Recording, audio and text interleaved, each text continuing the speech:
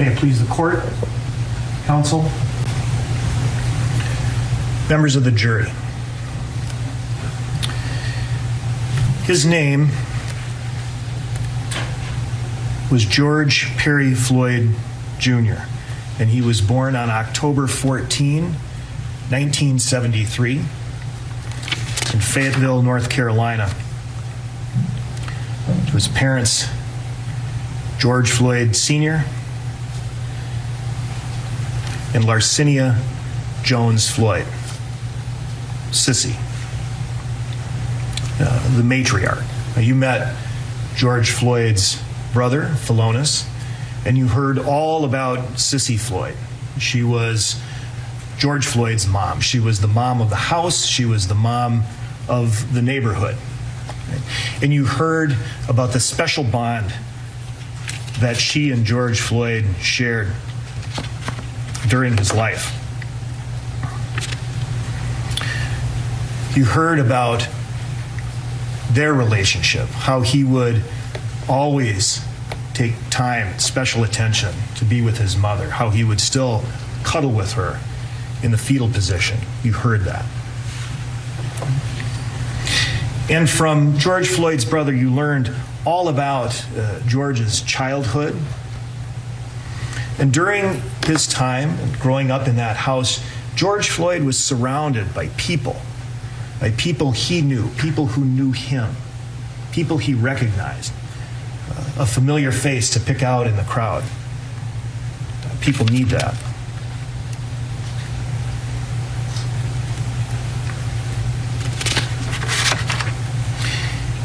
George Floyd was surrounded by people he cared about and who cared about him throughout his life, throughout his childhood in that house, through his adolescence, into his adulthood. On May 25, 2020, George Floyd died, face down on the pavement, right on 38th and Chicago in Minneapolis.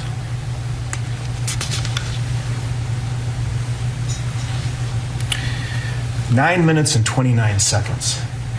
9 minutes and 29 seconds. During this time, George Floyd struggled, desperate to breathe, to make enough room in his chest to breathe. But the force was too much. He was trapped. He was trapped with the unyielding pavement underneath him, as unyielding as the men who held him down, pushing him. A knee to the neck, a knee to the back, twisting his fingers, holding his legs for 9 minutes and 29 seconds, the defendant's weight on him. The lungs in his chest unable to expand because there wasn't enough room to breathe. George Floyd tried. He pushed his bare shoulder against the pavement to lift himself, to give his chest, to give his lungs enough room in his chest to breathe, with the pavement tearing into his bare skin. As he desperately pushed with his knuckles to make space so he'd have room to breathe, the pavement lacerating his knuckles. The defendant stayed on top of him for 9 minutes and 29 seconds. So desperate to breathe, he pushed with his face,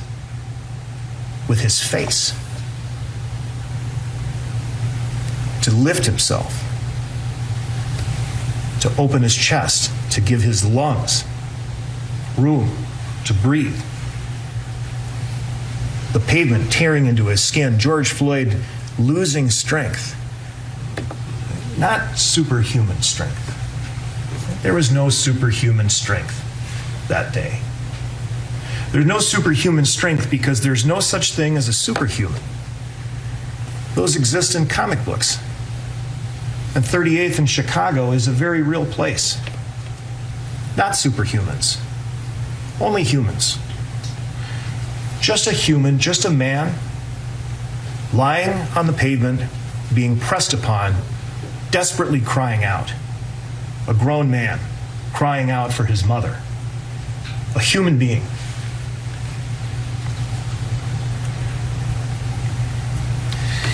And in that time and in that place, while he was surrounded in life by people he knew him, faces he could pick out,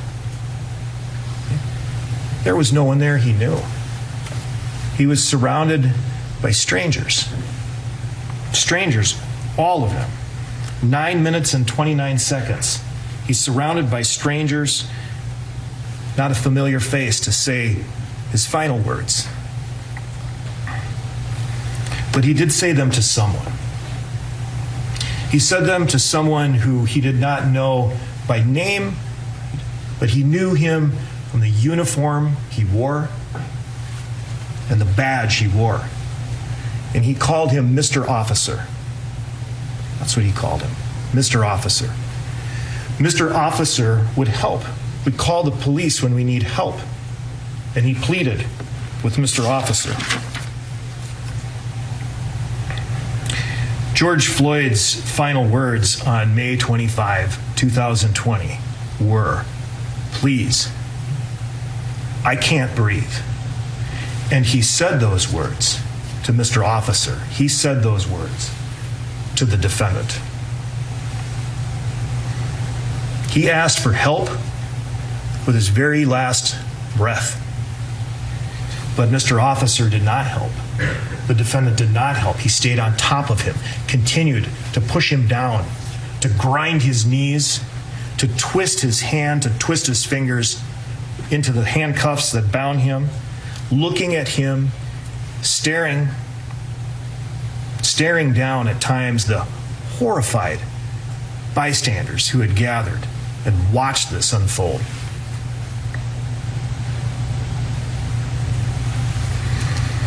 The motto of the Minneapolis Police Department is to protect with courage and to serve with compassion. But George Floyd was not a threat to anyone. He wasn't trying to hurt anyone. He wasn't trying to do anything to anyone. Facing George Floyd that day, that did not require 1 ounce of courage, and none was shown on that day. No courage was required. All that was required was a little compassion. And none was shown on that day. George Floyd said, "I'm not trying to win." This was a call about a counterfeit $20 bill. All that was required was some compassion. Humans need that. People need that. But more fundamental than that, and more practical at that time, in that place, what George Floyd needed was some oxygen. That's what he needed. He needed to breathe. Because people need that. Humans need that. To breathe. And he said that. And the defendant heard him say that. Over and over. He heard him, but he just didn't listen. He continued to push him down, to grind into him, to shimmy, to twist his hand for 9 minutes and 29 seconds. He begged, George Floyd begged until he could speak no more, and the defendant continued this assault. When he was unable to speak, the defendant continued. When he was unable to breathe, the defendant continued beyond the point that he had a pulse. Beyond the point that he had a pulse, the defendant continued this assault. 9 minutes and 29 seconds. When the ambulance arrived, the ambulance was here, and the defendant continued. He stayed on top of him. He would not get up. He would not let up. He stayed on him, grinding into him, continuing to twist his fingers, to hold him down. He had no pulse. He was not breathing. He was not responsive, and the defendant had to know what was right beneath him. Right beneath him. You saw the video. You saw the point when the ambulance arrived, and finally, after a paramedic got out, and the defendant still did not get up, and the paramedic tapped him, and finally the defendant got up, and they lifted Mr. Floyd onto that gurney, and you saw the way he was not, there was nothing there. His head had to be held to prevent it from falling to the ground. He was completely limp. The defendant had to know that. He was there. He was on top of him. And he was on top of him. On top of him. Sometimes you ask for the truth, sometimes you insist on the truth. And the truth is the defendant was on top of him for 9 minutes and 29 seconds. And he had to know. He had to know. Yeah. The medical examiner would find the cause of George Floyd's death to be cardiopulmonary arrest, complicating law enforcement subdual, restraint, and neck compression. Well, what you saw the defendant and the other officers doing to George Floyd caused his death.